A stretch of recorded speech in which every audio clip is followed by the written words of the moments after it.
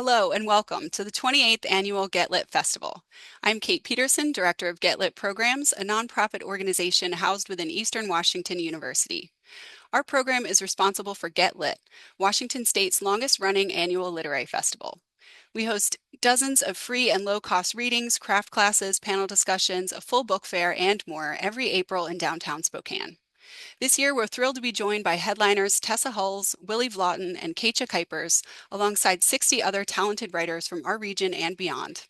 You can find a full schedule of all in-person and virtual events, along with information about all of our festival authors, by visiting our website, getlitfestival.org. Now I'd like to welcome Mackenzie Draper, GetLit's Assistant Coordinator, to introduce today's event. Thanks, Kate. We're here for Writing the Campus Novel, a discussion about the highs and lows of the campus novel genre. Authors Zoe B. Wallbrook, Charlene Wang, Penny Zang, and Lacey N. Dunham have written debut novels that explore thematic threads of identity, social hierarchies, and the bonds of female friendship. They'll talk through navigating a form that has a Eurocentric and often elitist history, but they'll also want to ask what makes campus novels so compelling? How is their role shifting in current literary conversations? And why is it especially important right now with historical inquiry and the humanities at large under attack? Before we jump into this discussion, let's start by introducing our authors. Thanks, Mackenzie.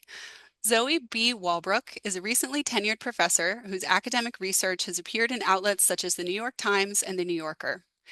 She was selected for mentorship by the LA Times bestseller Elizabeth Little, and History Lessons, her first novel, was a runner-up for the Eleanor Taylor Bland Award. Zoe's hobbies include beginning all emails with "my sincerest apologies for my slow reply," which I understand as well, pretending to understand how astrological signs work, and crying at the end of every Call the Midwife episode. She and her husband live with their stalker, a black lab pitty named Sophie. Charlene Wang was born in Beijing and, after immigrating to the US when she was 3, has lived in seven different cities from Los Angeles to Rockville to Biloxi. Graduating with a BA in English from Dartmouth College and a JD from the University of Virginia School of Law, she worked as a litigator for 6 years. She participated in Catapult's novel generator workshop. She now lives in Brooklyn, New York with her fiance and their dog, Winky. Penny Zang is an English professor and holds an MFA in creative writing from West Virginia University. Her work has appeared in New Ohio Review, Louisville Review, Iron Horse Literary Review, and elsewhere. She is the recipient of the Elizabeth Boatwright Coker Fiction Fellowship from the South Carolina Academy of Authors. She lives in Greenville, South Carolina with her husband and son. Doll Parts is her debut novel. And finally, our leader for today's discussion is Lacey N. Dunham. Lacey is the author of the novels The Bells, a 2025 most anticipated book at Day Beautiful and Crime Reads, and the forthcoming Fall of the House of Greystone.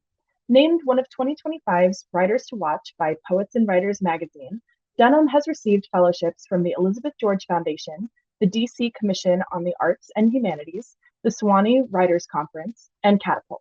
She lives in Washington, D.C. with too many books, but only 2 cats. Lacey, take it away. Thanks so much, Mackenzie, and thanks, Kate, for having us today. Charlene, Penny, and I'm really looking forward to this conversation and kind of all of the fun, entertaining sides and also maybe the more serious sides of campus novels. And so I think actually to start us off, assuming that maybe some have had a chance to and maybe other folks have not yet read our books.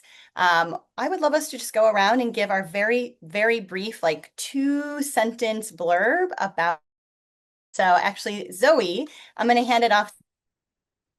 What is your 2-sentence novel or your 2-sentence blurb about your novel? Yes, so my novel is a mystery about a young Black woman professor, a professor of French history, who has to solve the murder of her colleague before the killer comes after her, in essence. Yes, and it's history lessons, right? Is the Yes, title? the name is called, I should actually say this for everybody. Yes, the name is History Lessons. Yes. Amazing. And I also noticed it was just recently nominated for the International Thriller Writers Award, right?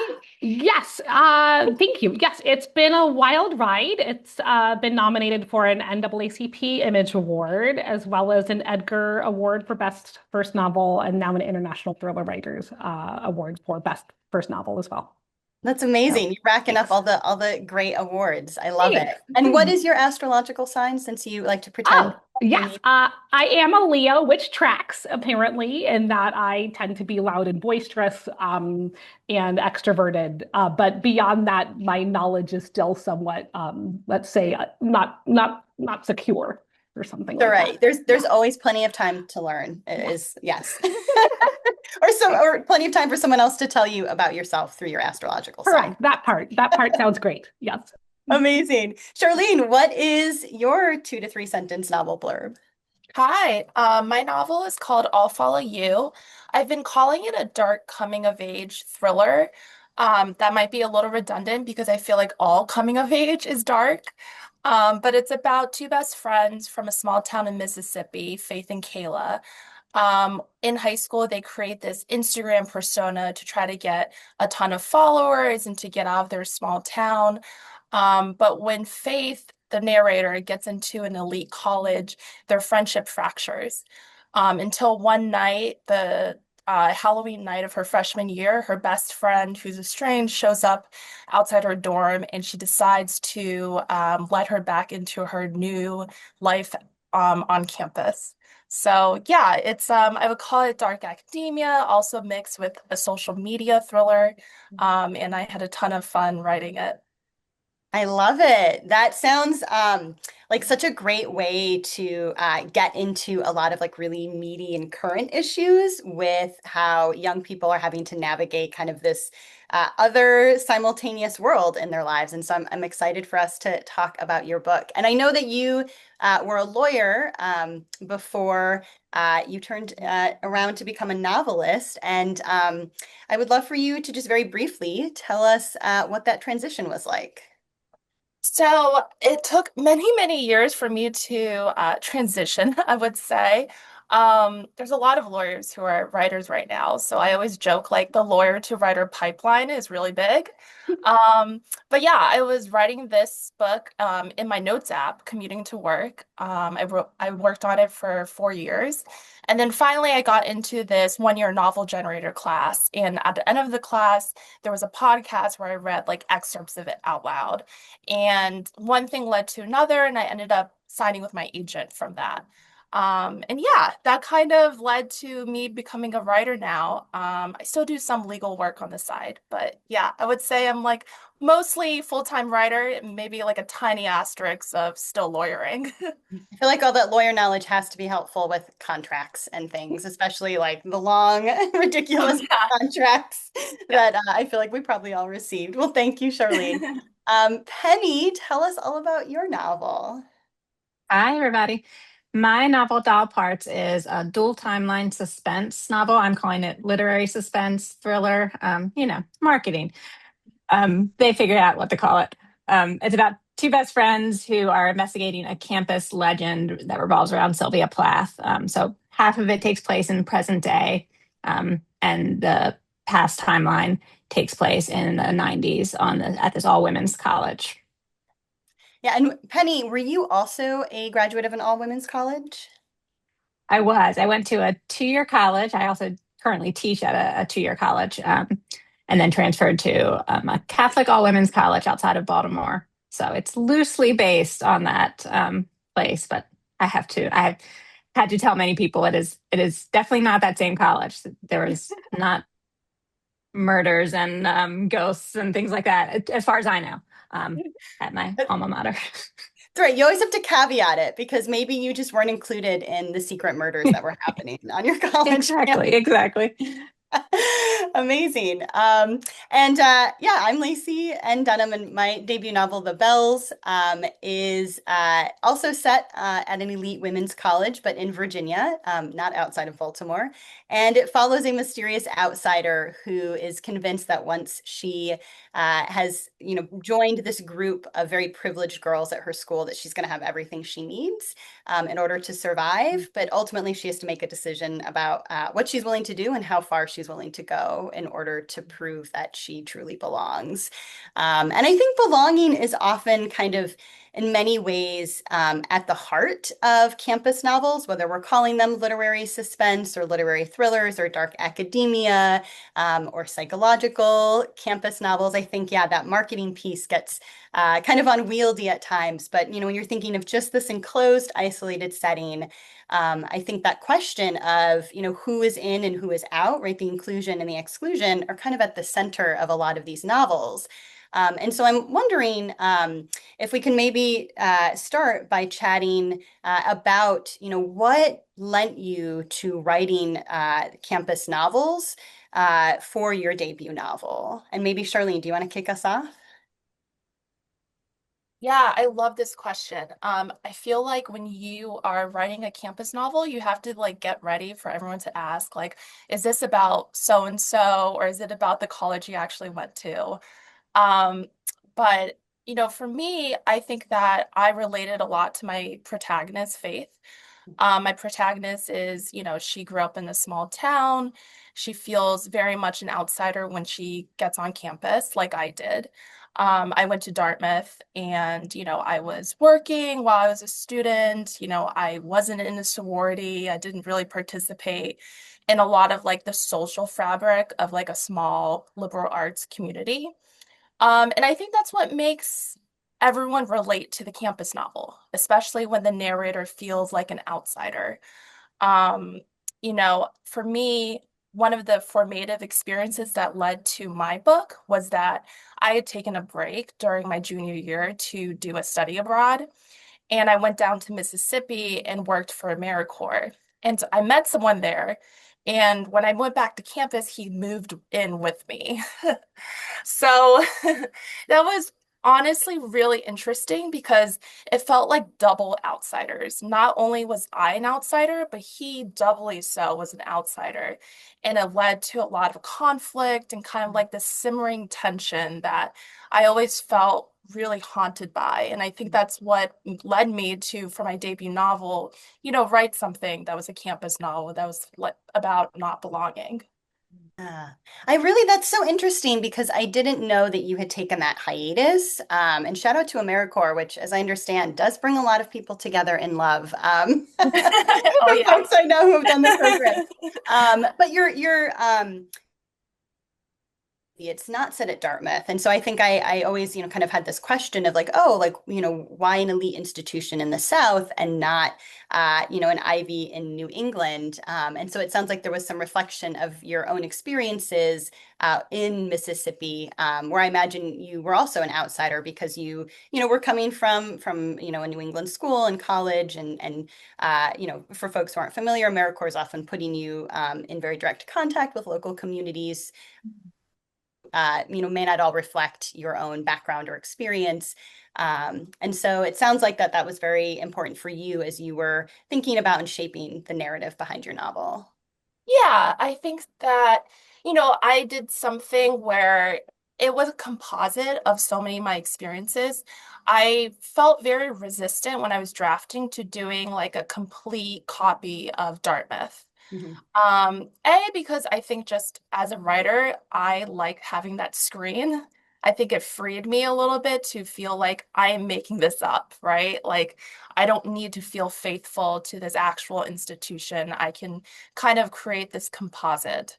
But also, my protagonist is very much based on a lot of the women I met when I was working in AmeriCorps. I was rebuilding homes that were destroyed by Katrina along the Gulf Coast. And yeah, I think working with these women, I was also moonlighting as a waitress at this bar called Skeeters, which was like a pool hall billiards bar. And so yeah, I think I felt like their presence needed to be in this book. And I feel like Lacey, you also know this because your campus novel is also set in the South, but there's something very heightened about the Southern campus, just in their institutions like sororities and their traditions. It feels, just extremely rich and fertile for the campus novel, and also like not as done as maybe like the Northeast has been. Yeah, I mean, for certain, I think having only ever gone to one university, which was my undergrad alma mater, which is a historic women's college in the South, like there was a big emphasis on tradition. And we actually, the campus forbid sororities. They said we're not, we don't want to have that kind of exclusive group. But at the same time, they did allow for secret societies. And actually just recently highlighted the secret societies on their Instagram. So I guess not so secret.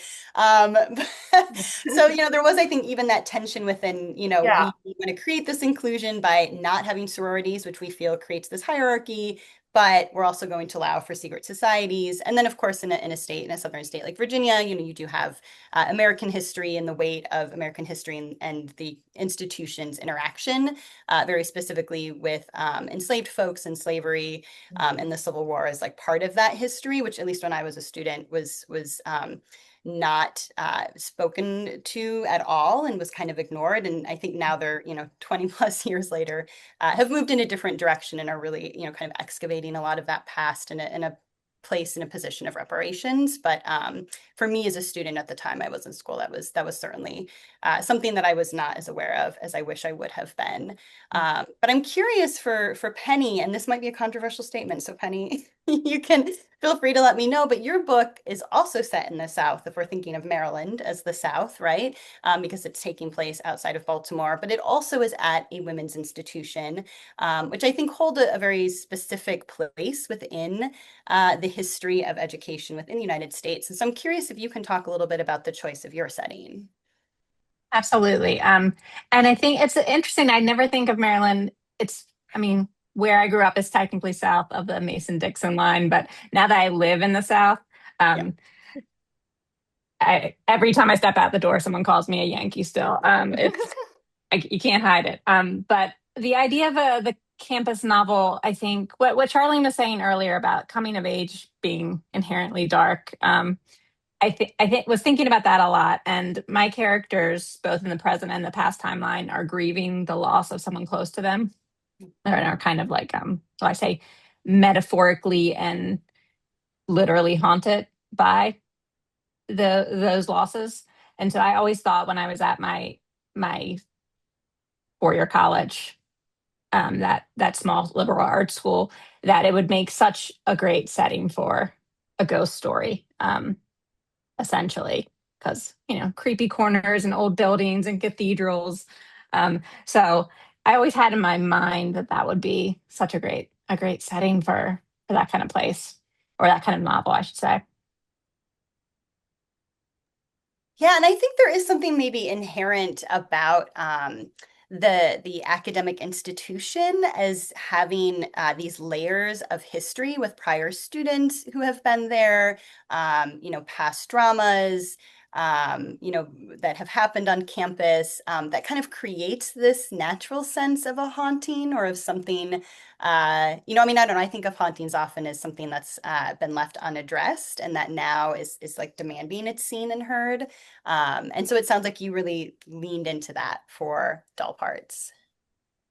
I did. I couldn't help myself. Um, it started like as kind of the more metaphorical.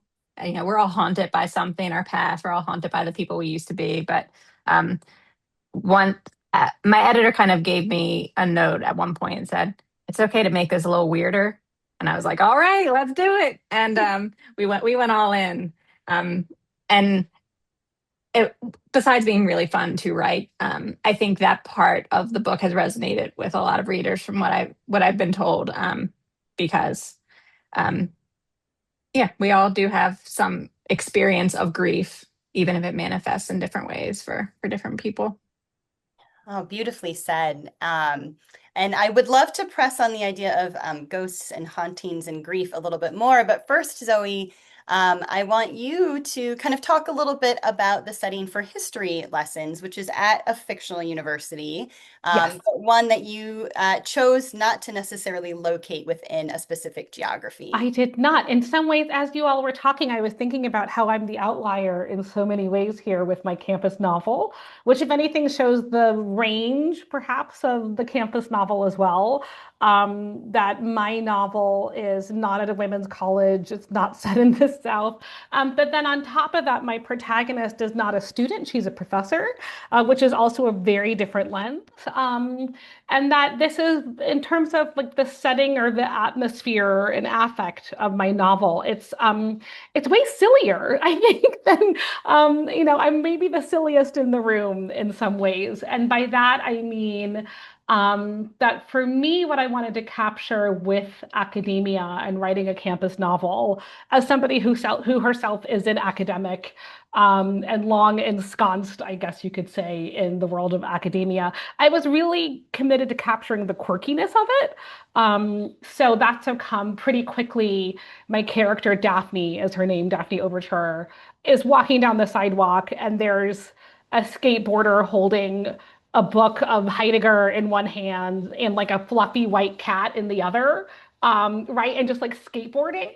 And then I think in the book I'm drafting now, at some point, she's watching two like sophomores fight on the campus lawn with their lightsabers. Right. So I was trying to really capture the nerdy, quirky part, I think, of academia and of the campus novel, in which some students in particular, and this was Daphne as well, like really thrived by being allowed to be as nerdy as humanly possible. Like let us geek out to the point where it looks completely bizarre to anybody who is from outside of this world. So those are a lot of the characters I have to say in my book. There are professors fighting, like the biologists and ecologists are fighting about like some sort of like evolutionary biological something something, which means that they can't meet at the same bar anymore. They've been kicked out too many times for fighting. It's like silly things like that, I think, that I wanted to also kind of capture,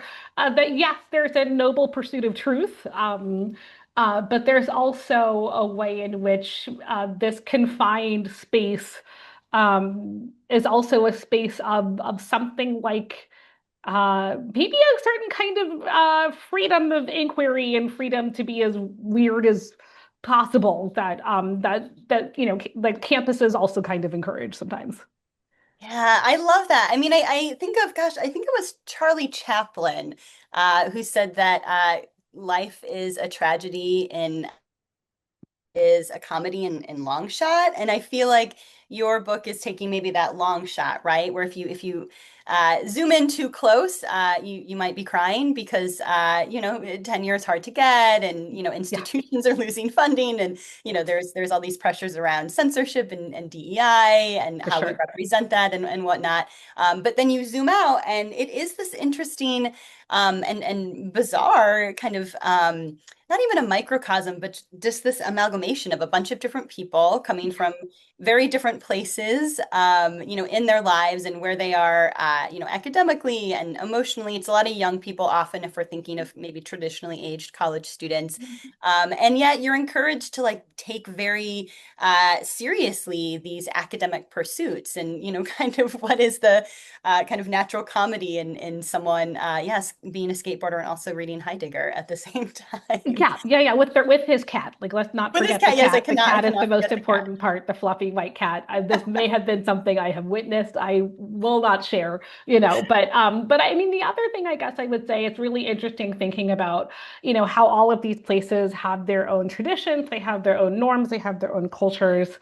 And that, yeah, there's something that feels maybe, and this is good and bad, I think, in all of our novels, maybe there's a way in which these campuses can feel eternal, I think, in a way that like everyone's grappling with, maybe. And that can manifest in ways big and small. Like I said, I mean, it's also, yes, there's darkness happening, but then for me, the lightness is that there will always be campus squirrels fighting over pizza by the trash can, right? That's always like a kind of ubiquitous, universal kind of sight or something like that. But then, I mean, so for me, it was always like figuring out how to balance the light and the dark, and that campuses are particularly suited, I think, to that. Because again, there's something so eternal about them, it can feel like, but also maybe occasionally oppressive about them too because of that.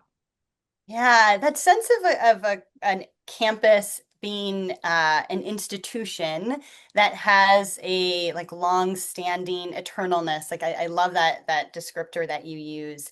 I think, and I would love to hear what you all what your perceptions are on this. But I think for me, that comes from this sense um, that like traditionally academic institutions of higher education like were exclusionary spaces, right? And like the history of women's colleges in the United States is that they came up because you had men's colleges where men were, some men were sent to be educated. And then you had, a place where women needed to learn skills in the South in order to be considered marriageable material. And in the North, women's colleges came about because there was a puritanical sense of, well, we don't want you to be a burden on society. And if you can't get married, like you got to know how to like make some money to feed yourself. And so the way that the institutions came about were already kind of coming from a divide around gender. And then, of course, depending on the institution and kind of where we are in time, how those different hierarchies are furthered, by social class, by race. And so I'm curious, for you all, like, how does that sense of like, this is how things have always been and that eternalness maybe play into like some of the friction that I think exists within campuses in real life, but also within the campus not for a long time has been criticized as we're focusing on elite Ivy League institutions in New England, and that's a very narrow lens of experiences.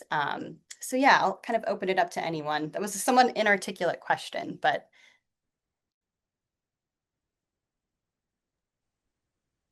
Lacey, could you repeat the last part of that question for me?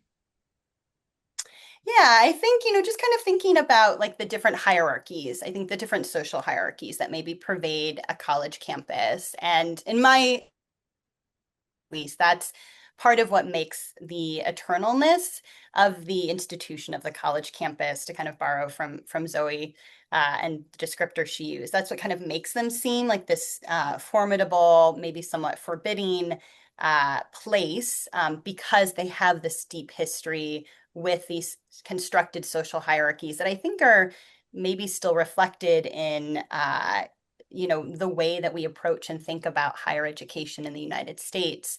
But I mean, do you agree? Do you disagree? Or, how did you approach the idea of social hierarchies in your own novel? I love this question. I thought about hierarchies a lot when I was drafting. For me, I think that what I find so fascinating about college in that time period is that, you're a freshman and ostensibly on the surface, you're like every other one of your classmates. You guys live in the dorms, you're eating the same food, you're going to the same classes, you're going to the same dining halls. So it feels very much on the surface like it's an even playing field. But then when you really start thinking about it and you draw back the curtain a little bit, you realize that, hey, I may have studied my butt off to get here, but maybe next door my roommate's a legacy, or they're really good at rowing or hockey or something. And so there it's like, okay, so like we didn't get through these gates the same way. And then, in my book, my protagonist, she starts off as an econ major because she's told that, hey, you're going to get a good job if you major in something practical like econ. But she's really her heart, she's just a little liberal arts major. Like she really wants to like study art history. But then once she starts taking these art history classes, she realizes that you really need connections to get these internships in these fields. You need the ability to do an unpaid internship over the summer in these fields. And so that's why like I found it so rich because it really is a microcosm of the world. where like, maybe on the surface it's easy to say, hey, I'm like every other person walking through these halls. But in reality, when I really think about it, even to myself, there may be these differences that I can't even discern right off the bat. Mhm. Yeah, Charlene, that was a wonderful response. I think yeah, like you really specifically honed in on a lot of the like subtle discrepancies that can very quickly come up for students who are maybe coming to the space of academia without certain support systems in place, right? Whether that is a support system of having been a legacy student, or having money to go wherever on spring break, or to not have to work a job, or get a federal work study position while you're in academia or while you're studying. And while you were talking, I saw Zoe like very adamantly shaking her head. Zoe, do you want to add into what Charlene was saying? Yeah, no, I was shaking my head because Charlene is absolutely right that all of these dynamics shape the college experience, and that it's not an equal playing field, so to speak. And that at least in the case of my campus novel, which again is somewhat different because my protagonist is a professor, but nonetheless, getting back to, I think, also the original framework of belonging or unbelonging or things like that. Yeah, that because she's a Black woman, nobody assumes that she is a professor, right? Nobody assumes that she somehow is meant to be on campus. And I have to say the data bears that out, which I think maybe Charlene's also getting at with talking about different experiences of legacy admissions versus other things. That on most university campuses, especially large research universities, tenured Black women make up about 1.8 to 2% of the entire faculty for tenured faculty. So I mean, so it's a constant problem of everyone assuming that you don't belong or everybody assuming that you don't fit. And the weird thing is at the same time, it's a presentation of academia as a meritocracy, which is in a certain extent, or to a certain extent, how Daphne is able to get so far, because she did put her head down and study. That was the one thing that she felt really comfortable doing through college, through grad school, through her PhD. She's very, very, very, very smart. And she worked really, really, really, really hard to get to where she is. But then also at the same time still has somebody assuming she's a cleaning lady and things like that. So those dynamics are present. I can talk more also about that on the professor side of things. Um, and what that looks like on the professor side of things to kind of belong and not belong at the same time. While at the same time, I think I also want to emphasize, at least for my book, which again balances or works, it's sort of, there's lightness and darkness to it. It's a mix of comedy and humor as well as kind of taking on dark topics. I mean, I think the thing that I still really love about Daphne, though, is the way that she's not letting any of this kind of define her.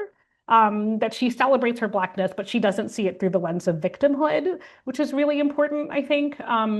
So recognizing these different challenges while also being adamant that she has the right to be as nerdy as she wants to be. Yeah. Oh, you're on mute. Sorry. Thank you. Mhm. I love that you keep bringing up the nerdiness, Mhm. Yeah, but she's a also huge nerd. we need to embrace the nerds to a degree. I imagine we're all nerds in this room. But I love also what you were saying, because I think you are really hitting at, quite powerfully in your book, even though it is, lighter, right? And I think is being described as a cozy mystery, but that the social hierarchies pervade not just within the student population at institutions, but also within, the side of the professors and the instructors, right? And I'm not a college professor and have not worked in academia. But from what I know from friends who have, even with something as simple as the number of tenured positions, how universities in many cases are opening up more positions, right? And how that is creating an Mm, additional hierarchy. mhm. And, because focuses on the student experience and not the professor. Can you repeat the last thing that you said again? I'm so sorry. I think you cut out for a minute. Yeah, I also some of the sound is cutting out from other folks for me as well, and so it might just be my internet is extremely unstable. But yeah, I think just thinking about, how universities have these social hierarchies within student populations, but within professor populations as well, and how that's something that we usually are thinking of the student. Your book is bringing in that perspective from the professor side as well, and that's perspective. Yeah, and I'm not to talk too much about the professor side of things, but that yeah, these inequalities, these inequities continue on the professor side of things. That Daphne, maybe this gets to what Charlene was saying about class, that Daphne quickly comes to learn that not all professors live in the same neighborhood, so to speak, and that some professors who are junior, just like her, come from money. So they're able to put down full cash on a mansion in a way that she's not. She lives in a smaller cottage, which she loves. I mean, she loves her little cottage right on a meadow. But realizing that there are these kinds of the disparities continue, the inequities continue. Even though, again, in theory, campuses are and academia is this place that gets kind of lauded as a place of meritocracy. Yeah. Yes, yes. And Penny, I mean, you're also a college professor um, who wrote a campus novel focusing on the students. What is your perspective on all of this? Oh, I am trying to be careful what I say so I don't get in trouble. Like that's all I'm thinking in my head from the professor side of things.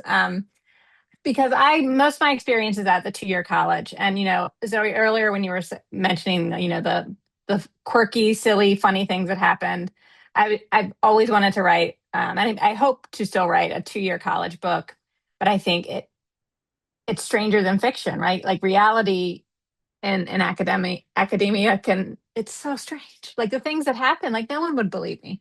Um, but I don't know. I think I as we're talking about this idea of belonging, I realized why I probably couldn't have written doll parts at a 2-year college. And a big part of it is that first year experience of living in the dorms, which I did not have until I transferred. And even then, I was kind of off campus most of the time because when the 4-year college experience that people tend to think of when they think of the college experience involves those close quarters, right? Living together, which lends itself to good conflict and tension and storylines. At the 2-year college, like everyone's a commuter and we can leave and so it's hard. And you get over whatever the struggle was, you get over it and you come back to school the next day, or you don't.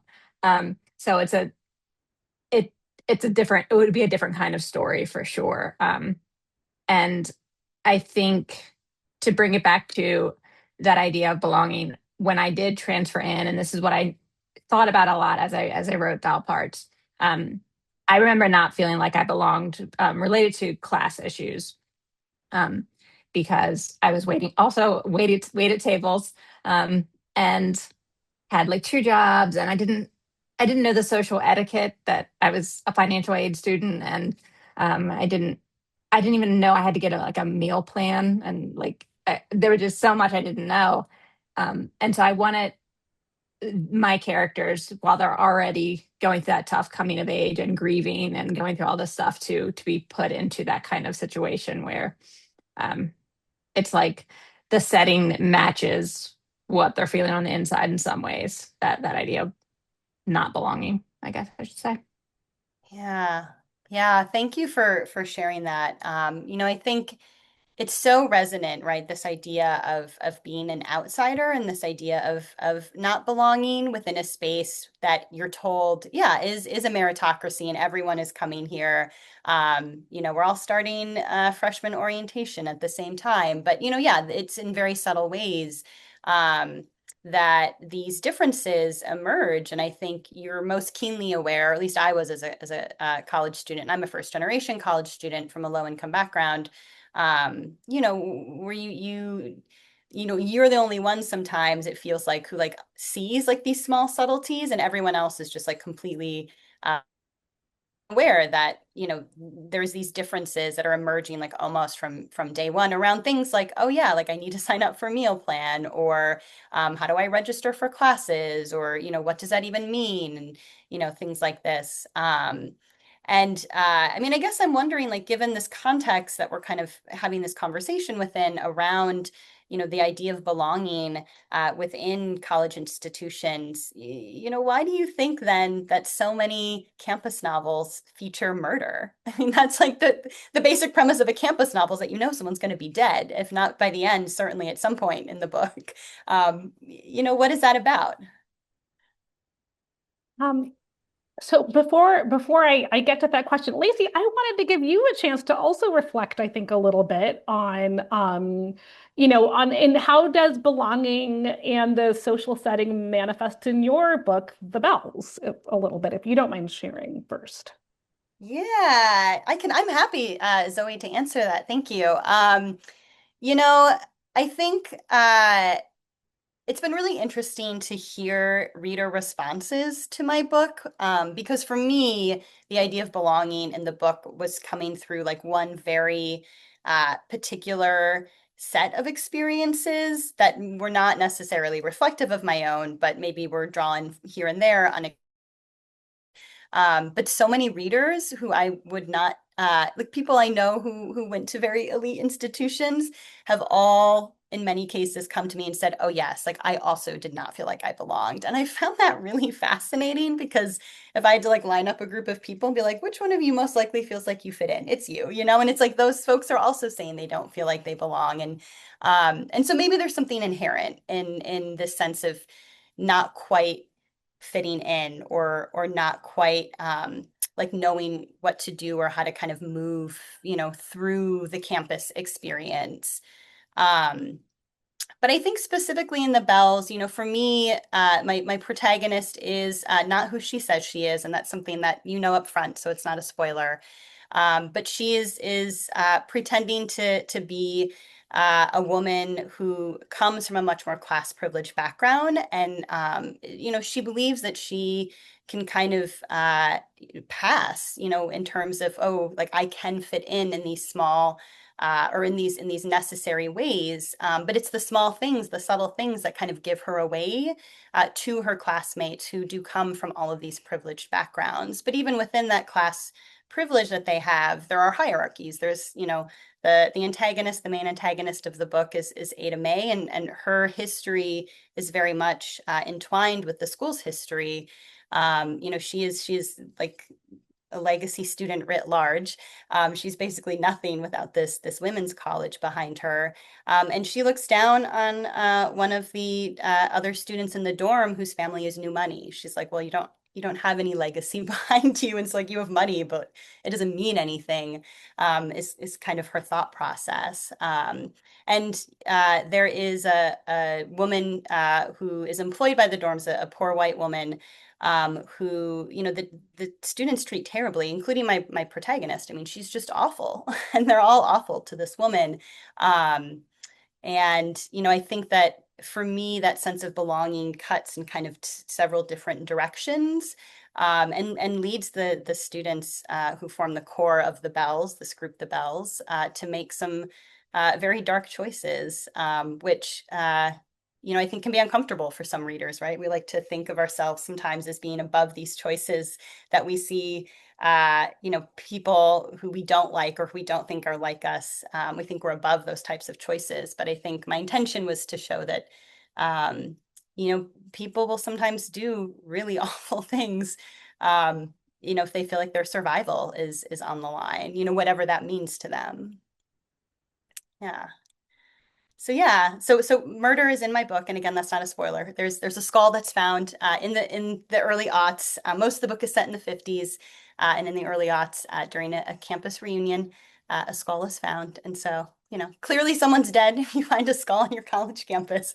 And actually, I wrote that scene right before an actual skull was found on my college campus, not related to a murder. So the um, but I'm curious, yeah, like why is there so much murder in campus novels? Like, could you have a campus novel without murder? Is maybe another way to ask that question.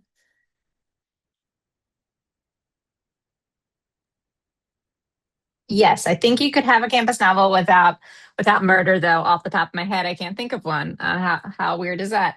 Um, I'll think of a bunch as soon as we log off. I think even without murder, there would be tensions would have to be high. I think because of whether it's faculty and some of those dynamics that Zoe was talking about, or all the transition period of students coming to college and you're suddenly an adult, but you're not really an adult. The tensions are so high, and you've got this diversity of experience coming together that there's going to be crime. And also, I think, and then I'll turn it over to someone else. I'm just thinking off the top of my head that maybe the campus, no matter what kind of campus it is, north, south, elite, two-year college, the two-year, or excuse me, the campus setting is so familiar to most people that it feels comfortable for something to happen. We don't have to build world. I mean, we're building a world is because it's fiction, but it's not like it's high fantasy where we have to make up a magic system, right? Um, and so I think most readers have some kind of frame of reference. So whatever's going on in the plot, the setting is able to do some of the heavy lifting for us. Yeah, it makes me think of how novels set in suburbia are often either about adultery, and I guess it's, the age of the students in a campus novel, adultery doesn't necessarily make sense. So murder it is.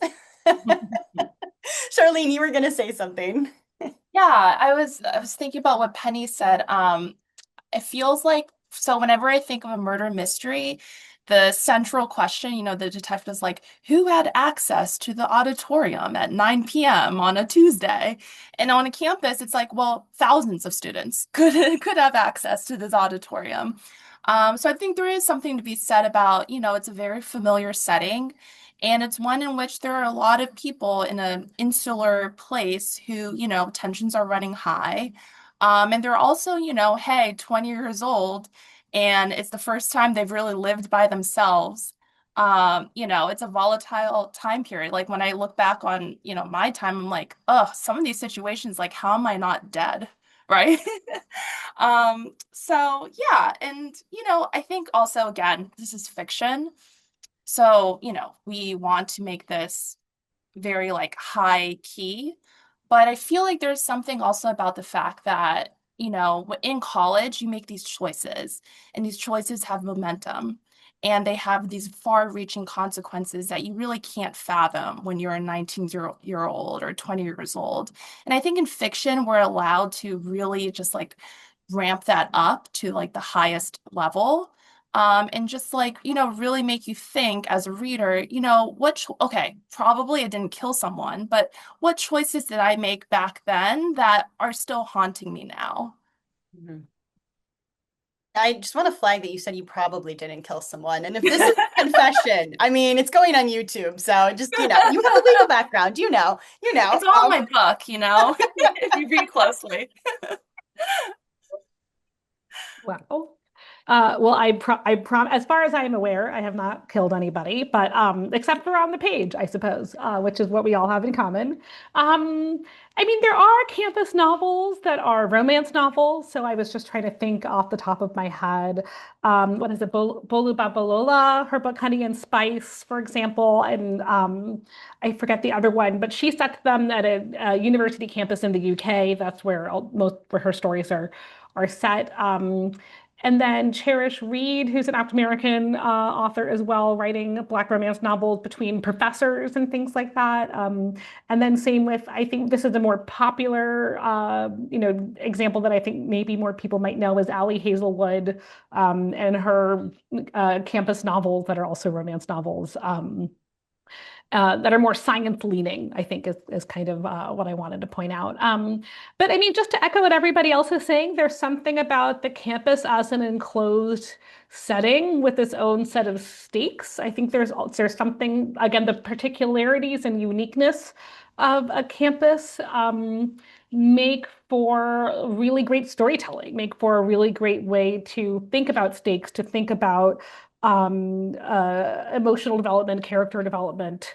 and in a way that nonetheless has, I think, clear boundaries. There are clear and firm boundaries around the campus for the most part. And so that also, I think, makes it so that I think it's a really great play, like a sandbox to play in, so to speak, or for a lab, if we're like a scientist in a lab experimenting, there are variables we can control for, I think, better in some ways with the campus novel than with other kinds of novels. I think, like Penny was saying, trying to do world building for fantasy would just break my brain, I think. But it's just easier in some ways, although still challenging, to do it for a campus novel.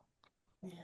Although I feel like now there's a kind of subgenre of the campus novel or dark academia that does have a heavy fantasy Oh yeah. element to it. I'm thinking of the Alexis Henderson book, which I'm forgetting the title, but I think maybe, gosh, I hate to reference this, but it maybe like in some ways like Harry Potter ushered this in, right? But I think there's something about that insularity of the setting that really does breed, discontent, and does kind of both create tension because there are so many possibilities, right? Yeah, like these 1,000 students were on their way to or from the auditorium at 9 a.m. on a Tuesday. And also, allows for, I think, tension because of those social hierarchies that we were talking about, and how that feeling of, am I in this elite group, for class or gender or whatever reasons, then also feeds into this sense of belonging. And so it is this kind of nice braiding together of all of these like very real human concerns in this very specific setting that I think a lot of people are familiar with, whether they have attended college or not.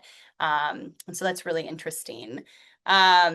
So I think as maybe as we're wrapping up, I anticipate that a lot of folks in the audience are readers, but there might be some that are writers or are interested in kind of these aspects of what it means to put a book into the world. And so I'm curious, for you, what was the hardest or maybe most unexpected part of writing your campus novel to publishing one, right? That shift from the creative aspect to putting this out into the world as a thing that other people are getting to experience.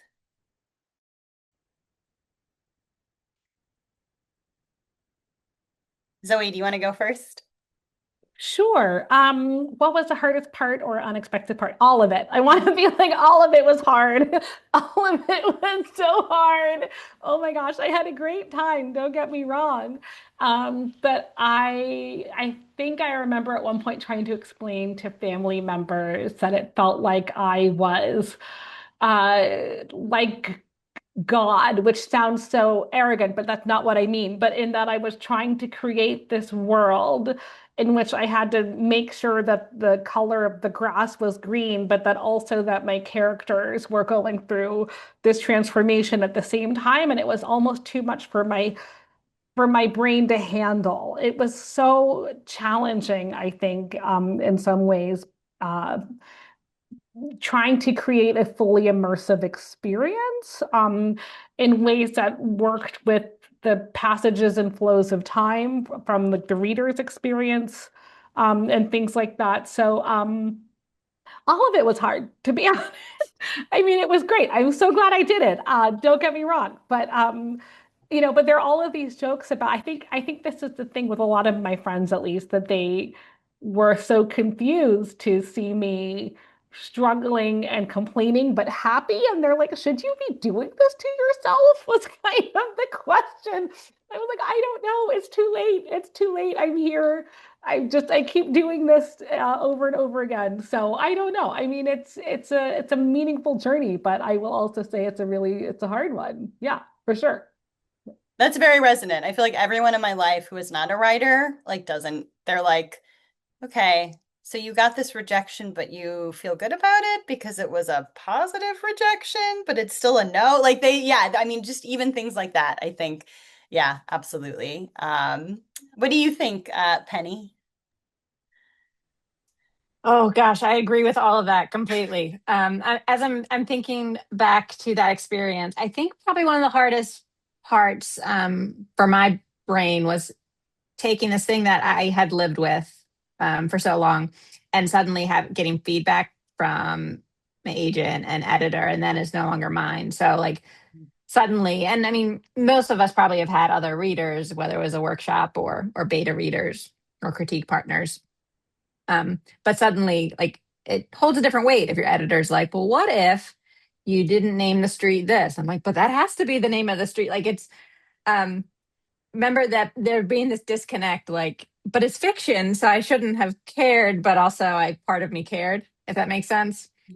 All of that though prepared me very much for getting reviews from readers, because once it's out there, it's not yours anymore. I used to hear writers say that, and I truly believe it now. Like, it doesn't belong to me anymore. It was, but now it belongs to readers who are going to interpret it however they're going to interpret it. Um, and that's not my business. And they will interpret it in all kinds of ways. At least if my Goodreads have anything to say about it, which I should just stay off. I don't know what I'm doing.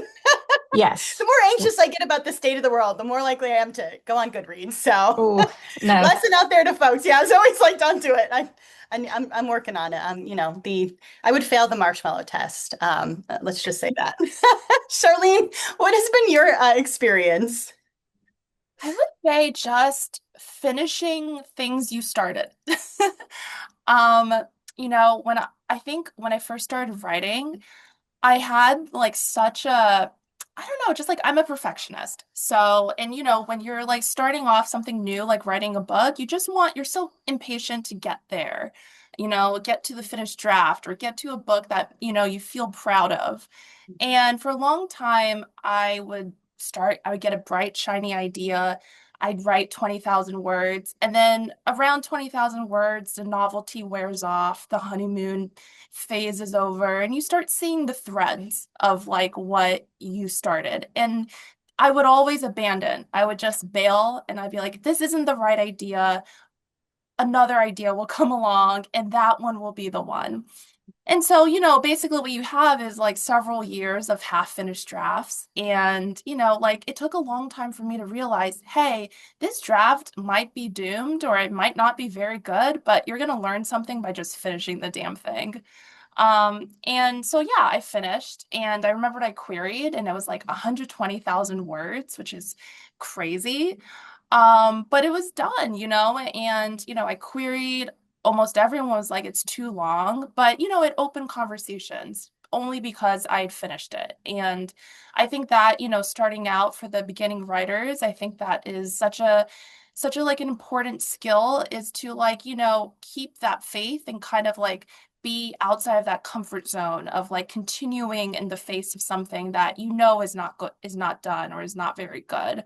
It's not the best feeling. You kind of have to power through it, but I think it's important to get to the next stage.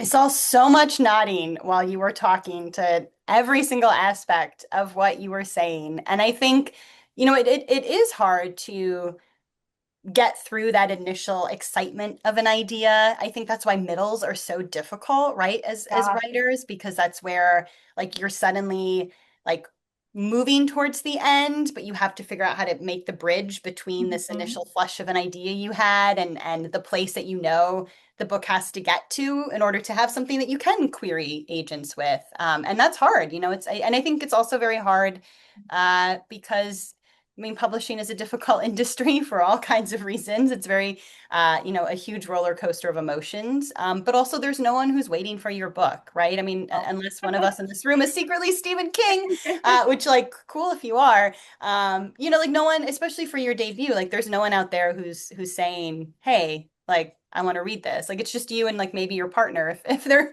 a very generous-hearted person, right? And I think it can be hard to then keep moving through this extremely long project where you have to grapple with like so many different elements at one time, and to hold all of that in your head and keep the faith that like this will become something one day is very challenging. Yeah, I definitely I don't know. I think it's been a cool experience. Like it's a huge privilege to publish. Yeah, uh, it is hard also to transition from this is just mine and I can perfect it and I control this entire world to like now it's out there and it belongs to other people. Yeah. Even if that's been cool at times. Yeah. So I guess real quick, let's just go around lightning round. One book you'd recommend, campus novel. or otherwise? And I feel like this is the part where, at least when I'm asked this question, I suddenly have never read a book in my life and just like everything flies out of my head. So I will say I just finished reading. I'll kick us off so everyone can have time to think. I just finished reading a wonderful novel. It's a queer novel, Irish novel set in the 90s called Sunburn by Chloe Michelle Haworth. I'm probably butchering that last name because I don't speak Irish. But yeah, it was beautiful, very literary, and I loved it. Charlene, what about you? I just finished this book. It's a Japanese mystery novel. I've fallen into this like vortex of Japanese mystery novels. I've read like five this month, but the one I loved recently was called Villain by Shuichi Yoshida. And it's really fun. It's not a whodunit, it's not a whodunit. You know who the murderer is and you know exactly what happened in the first 5 pages. But it's just like the sprawling kaleidoscope novel about all the different characters who get caught up in this murder, and it's really gritty and realistic, and I couldn't recommend it highly enough. So yeah, Villain. I love that. I'm definitely gonna have to find that and give it a read. Penny, what about you? Oh my gosh. You see me looking behind me. I'm like, wait, what is that thing I just read? There's so many. There's so many.